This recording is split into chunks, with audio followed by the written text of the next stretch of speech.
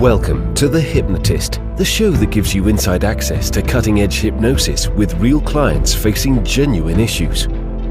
Brought to you by the hypnotherapist demanded by celebrities, CEOs, and even royalty, Adam Cox.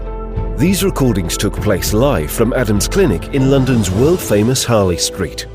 This podcast features powerful hypnosis, so do not listen while driving or operating machinery. This recording is not suitable for those with epilepsy or severe mental health issues. So, get yourself comfortable and enjoy today's episode of The Hypnotist. Hi, it's Adam here, and in this episode of The Hypnotist, you'll be listening to a hypnosis session that was customized for a lady who was dealing with anxiety, a lot of stress and poor quality sleep. And she felt that a lot of her ability to kind of cope with life was to some extent influenced by a childhood where she felt lonely a lot of the time, that she felt controlled by a very controlling parent, and that she wasn't listened to. And that there were many times in her childhood that when she was sick, often with tummy pains, her mother would disregard that and tell her that she wasn't sick and to stop bothering her. Now, as a child, what that can do is it can create a really difficult thought process, because at one level, you don't want to bother your mother, but at the same time, you genuinely feel sick and your brain is racing to say, well, how serious is this particular thing? Now, obviously, it wasn't so serious that she died, because she continued to live and become an adult, and was at the age she was when we did the session. But she felt that not being listened to as a child and not being able to think for herself and be in control of certain key decisions in her life was a real problem.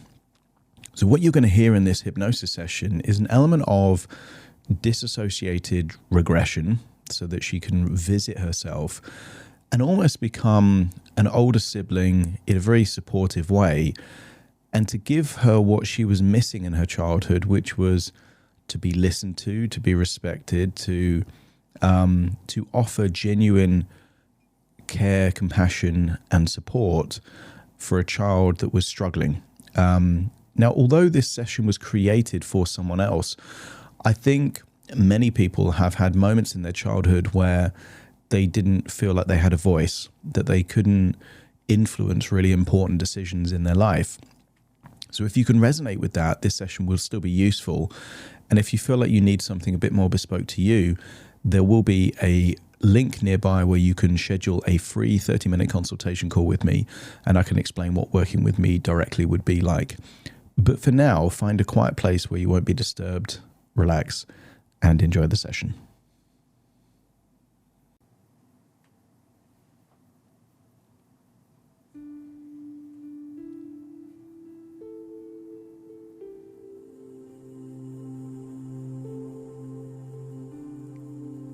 Take a deep breath in,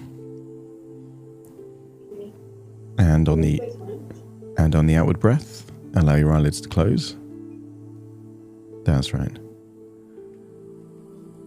As you breathe in and breathe out, just give permission to yourself to relax the muscles around your eyes. Notice that as you breathe in and breathe out, any tension around your neck and your shoulders, to begin with, just observe it, and then give permission to that tension to gradually leave your body in your outward breath.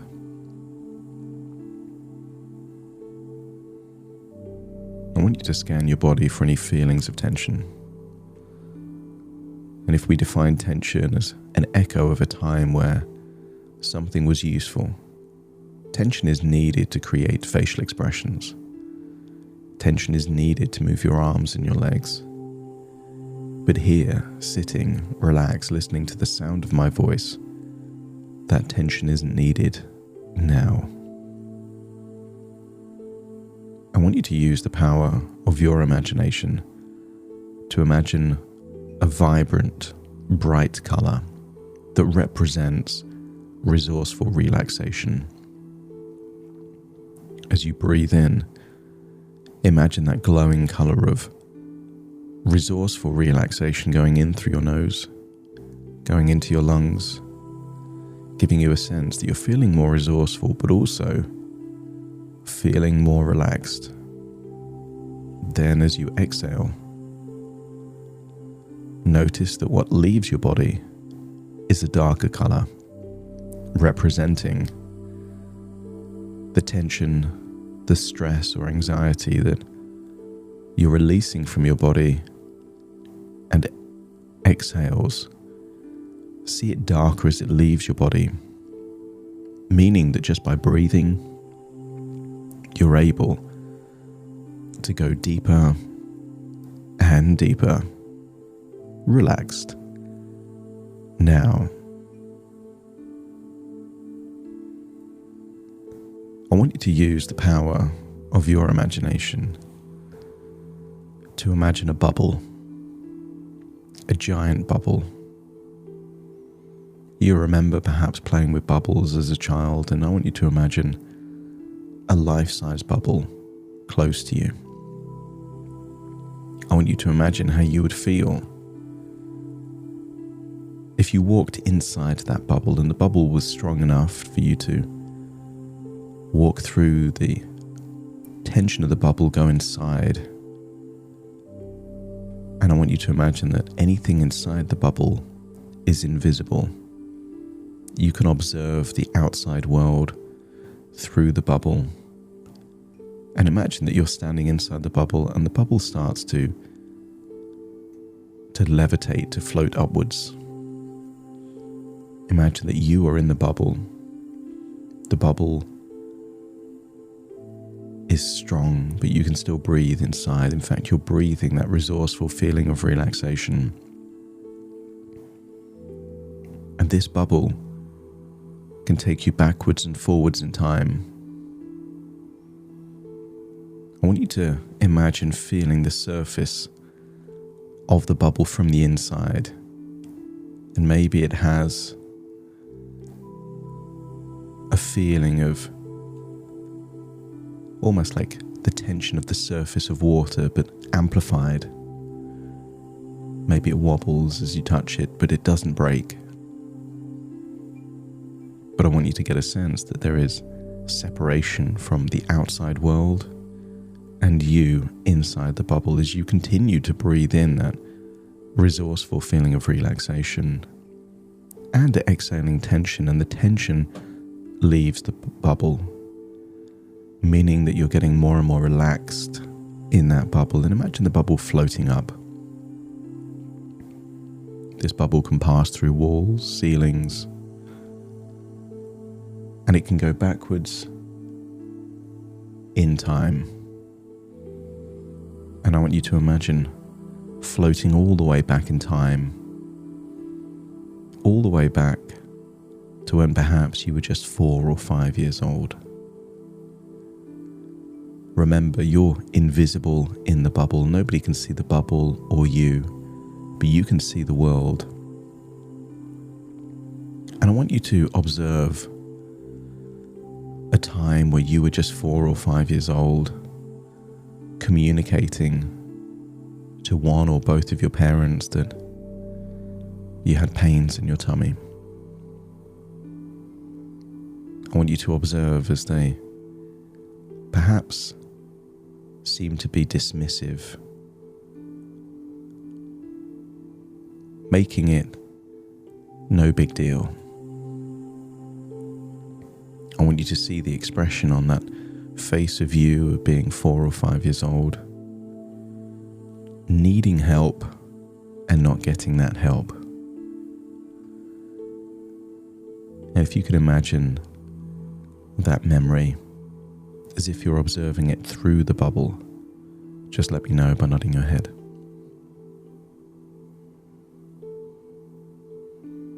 I want you to follow that small child Maybe they go to their bedroom. Maybe they go to a little cubby house out in the garden. And when you can see that they're alone, just let me know by nodding your head.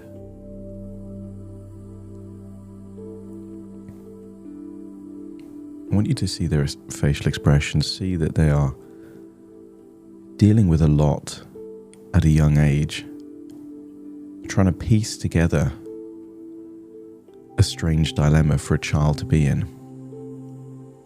They're in pain, but the people that they've asked for help either don't believe them or have dismissed the validity of that pain. Just observe as a small child tries to figure out, do they need to get help from someone else? Do they have to just tolerate the pain and deal with it? Observe that they look helpless, perhaps lost, confused. And then when you're ready, it's time to leave the bubble, but you will leave the bubble with all the knowledge you have at your current age, but you will appear to this child to be someone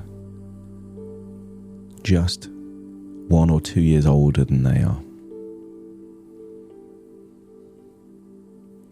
And then when you're ready, leave the bubble and just let me know by nodding your head.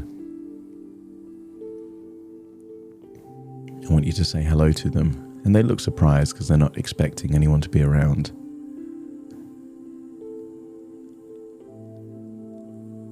I want you to ask if something's wrong. And maybe they're reluctant to share.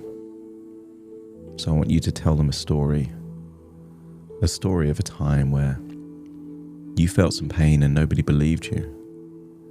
But you found a friend just a few years older and they believed you. And that by talking about that pain, somehow that made it better. And as you tell that child that story, they start to relax. And they start to tell you about their pain. And I want you to encourage them to tell you everything, where it is, how long it's been going on for. I want you to just listen. I want you to tell them that pain is like the weather. It always changes. And even though it's painful now, in the same way that there can be sunny days and rainy days, there can be storms, and there can be mild spring weather and beautiful days. I want you to let this small child know that you know their life. I want you to give them a sense that although it feels bad, it won't last forever. Just like the seasons and just like the weather, it will change. I want you to let this child know that you care about them. They might be confused as to why you care, but just tell them that you feel like you know them. You can relate to their experiences. I want you to let this child know that you feel like an older sibling that really cares. And ask this younger version of you if they would like. Perhaps an older sister that really cares. And if they would, just let me know by nodding your head.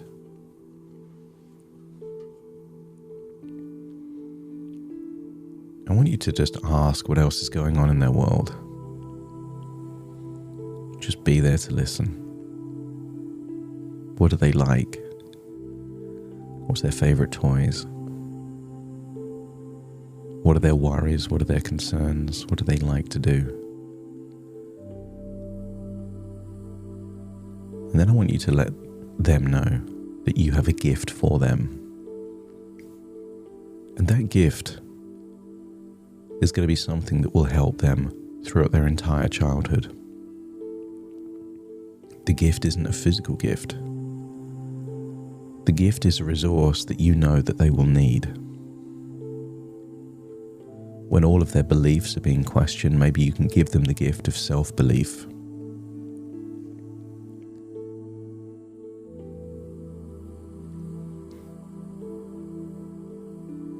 Maybe you give them the gift of love.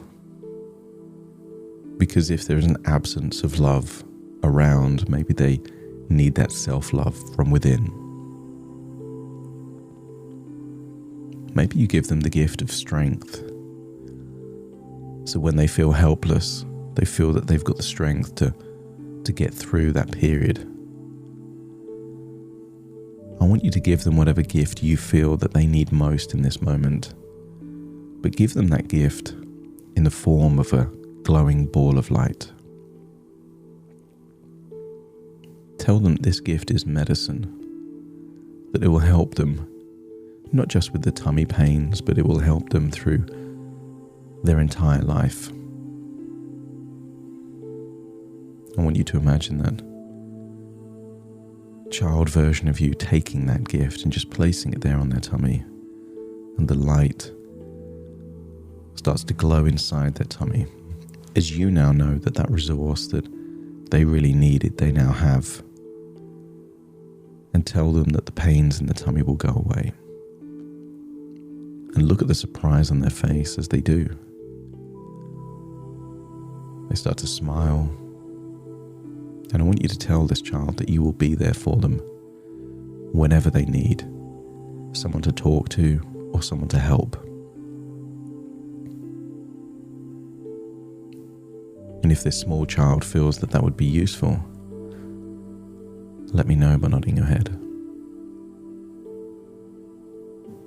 I want you to give this child a hug. Tell them you'll see them soon. And now it's time to go away, go back in your bubble. Feel the bubble floating up. And then go forwards in time to a time where you see yourself now as 7 years old. I want you to observe yourself again, having a moment of you seeing yourself perhaps sad, in pain, perhaps lonely or even scared. And when you found yourself at the right moment, just let me know by nodding your head. Just observe what happens until you see that version of you, that 7-year-old version of you, by yourself.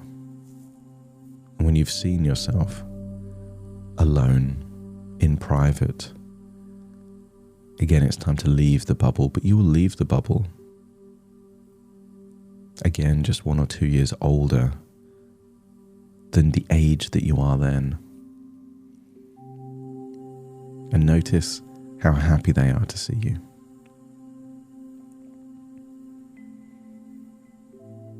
I want you to give them a hug. And I want you to ask how they are. And when they attempt to just give you some general, I'm fine, tell them you know they're not fine. And that it's okay not to be fine. Ask them what's really going on in their world. And then just listen. Listen to the concerns that you had back then. The frustrations, the worries. Just listen. Be the person you would have loved to have had back then to share your thoughts with. And notice that the facial expression of that 7-year-old version of you is already starting to change just by communicating something to someone that cares, someone that listens, someone that believes them is so important. And then ask if there's anything you can do to help. And then listen. And maybe the way in which you can help is by giving them some wisdom or advice that will help them in this moment, but will also help them because you know what happens to their life after this point. So the wisdom or advice that you can give them is exactly the wisdom and advice they will need more than anything else. And when you're ready to give them that advice, that wisdom, let me know by nodding your head. And then share it with them. Share it with them and then give them examples of how to use this wisdom or advice in the very specific situations that you know they will encounter in the following months and years following this interaction. And in doing so, you're helping them to cope with situations that they just didn't know how to cope with. A way of breathing, a way of processing thoughts, a way of communicating with other people or yourself or anything else. Share all the wisdom and advice that a child of this age would have needed. And if you would have had that advice back then, it would have helped you so much.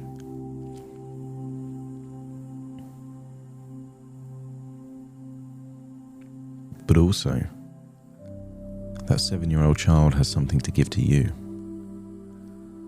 Something powerful, useful, and resourceful that they had in abundance back then. Something you could do with now. And maybe it's a powerful imagination. Maybe it's playfulness. Maybe it's something else, but I want them to now give you the gift. A glowing ball of energy, something that you had in the past that you've lost connection with, something that you could do with now, that will improve your life in the present when you return. And when they hand you that glowing ball of energy again, take it from them, place it there on you, and feel that you're absorbing that resource, that thing that you used to have in abundance, and now that you can reconnect with it, feel how good it feels to reconnect with that resource. Ask this child if there's anything else they need or want. And if they're ready for you to leave, just let me know by nodding your head. And then give them a hug. Tell them that you love them, that you care, that you want the very best for them, and that you believe them. And then I want you to give them one final thing, and that is a necklace. And tell them that whenever they touch that necklace, they can reconnect with you, and you will come floating back in that invisible bubble, and you will talk to them whenever they want. And look at the joy on their face that they now know that they've got someone to talk to whenever they need.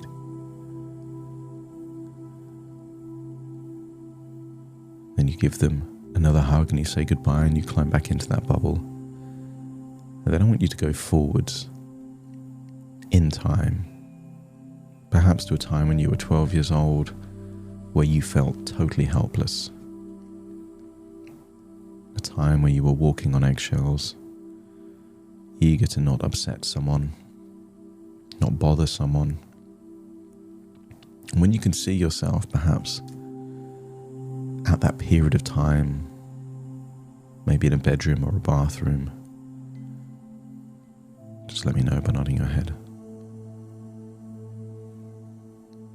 And it's time to leave the bubble. And again, you see their surprised face, but they're smiling, they're glad that you're there. Again, you're just a year or two older than them as how they see you, but you know that you've got a whole lifetime of experience, of their experience. You know what they go through, and therefore you're able to give them everything that they need because you know what they need more than anyone else. And maybe they're trying to deal with the problem in a way that you know isn't effective. So I want you to help them in a way that would actually help. Teach them things they don't know yet. And in doing so, notice that feelings of pain, feelings of overwhelm start to disappear.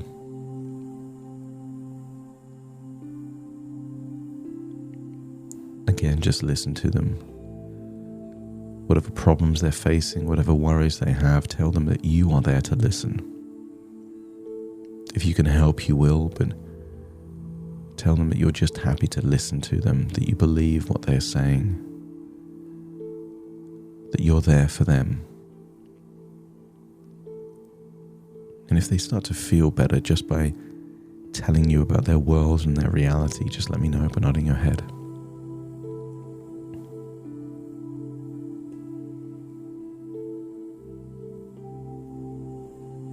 I want you to let them know that it's okay to be true to yourself. And perhaps there is pressure,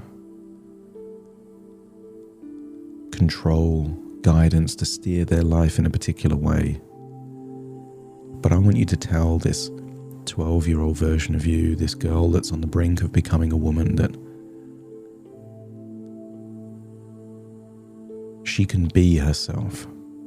She can follow her path. She can live the life that she wants to live. And I want you to give her courage. The courage perhaps that you wish that you had back then. The courage to find your own path. The courage to believe your own words. The courage to fight for the life that you want.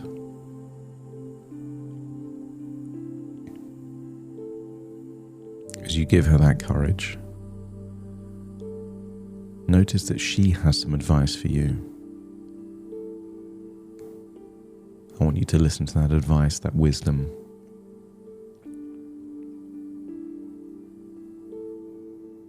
I want you to get a sense that sometimes when we think about the past differently, ripples go through time and update our experience of our present and our future. We can't change the past, but we can change how we think about the past, and we can change the meanings that we give to different times in our life that echo throughout time and can change the present. I want you to tell this 12-year-old girl that you love her, that you'll always be there for her, and then to reveal that actually you are her from the future, and therefore you know her better than anyone else. That you will be there at a moment's notice if she ever needs any help, and she can never truly be alone when she knows that you will always be there for her. Give her a hug, say goodbye, go back into that bubble, and then float over the sequence of events that happens after that. See this child with more confidence, sticking up for herself, perhaps better able to manage her own physical and mental health, and follow that timeline, seeing a more resourceful, resilient, courageous woman, and then follow that all the way up to the present until you're observing yourself exactly as you are, but seeing a more resourceful version of yourself. It's still you, but with more resources, more self-belief, more self-love, more courage, more inner strength. And then leave that bubble and walk into yourself firmly in the present right now, reconnecting with all those wonderful resources that mean that life is still life, but you're a more resourceful version of you taking on that life. What if the past was a blessing to prepare you for challenging times? I want you to get a sense that you are unlocking all of the resources necessary to live life in a more resourceful way. And if your unconscious mind accepts, let me know by nodding your head. I want you to take a deep breath in through your nose and out through your nose. Just wiggle your fingers, wiggle your toes, get a sense that you're in your own physical body right now. And very soon, I will count from 1 to 10 to awaken you. You will awaken with a reconnection to the positive qualities of your past, but feeling that you've updated and resolved many of those things that were causing issues in your present life. I want you to get a sense that you are worthy, you are loved, and you are capable. As I count from 1 to 10 to awaken you. 1, 2, 3, waking up. 4, 5, 6, more alert. 7, 8, open your eyes, open your eyes. 9, 10, wide awake, wide awake, wide awake. Thank you for listening to The Hypnotist with Adam Cox, the show that gives you inside access to cutting-edge hypnosis with real clients facing genuine issues. To automatically receive the latest episodes, please subscribe. If you'd like to support the show, please share this episode with just one friend you think it could help. And if this episode helped you, please leave us a 5-star review.